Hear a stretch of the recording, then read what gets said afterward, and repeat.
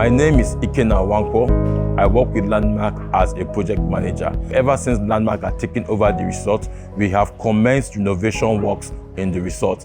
The renovation, we are going to phase it into two, phase A and phase B. Phase A is what we're doing now. We were commissioned at Landmark Lake Resort, Enugu, to do interior design. And so far, we have accomplished, let's say, 50% of the project. Starting by, we have removed the things that we have here, the kind of television sets we have here. So the one that was existing is now part of our concept, so it has been removed.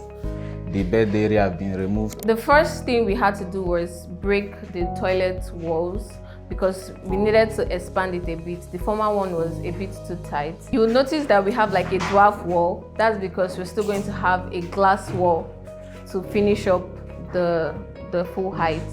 So right now we're finishing up our gypsum board ceiling.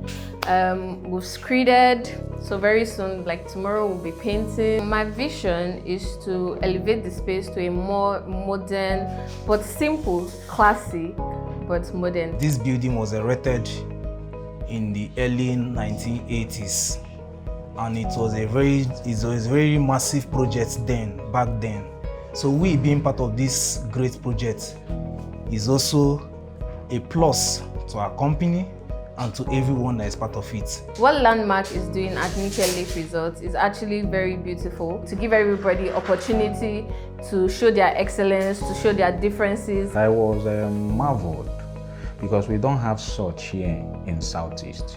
And this is a place that you can actually call a home to come and have a vacation.